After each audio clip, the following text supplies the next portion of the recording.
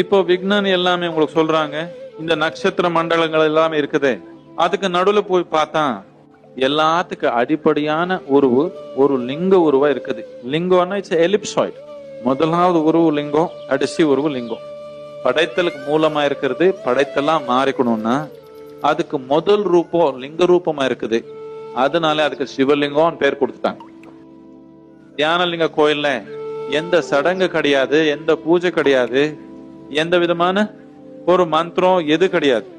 சும்மா அமைதியா போய்ங்க உட்கார்ந்தீங்கன்னா நீங்க எந்த மதமே இருக்கட்டும், எந்த நம்பிக்கை இருக்கட்டும், இல்லாம இருக்கட்டும், தியானம்னு என்னன்னு தெரியாம இருந்தாலே நீங்க ஒரு தியான நிலைக்கு தானாவே வந்துடுவீங்க. இது ஒரு மதத்துக்கு சம்பந்தப்பட்டது இல்ல, இது உயிர் விஞ்ஞானம். இது ஒரு விஞ்ஞான பூர்ணமா உருவாக்குன கருவி. நீங்க எல்லாம் உணர்ந்து பார்க்கணும்.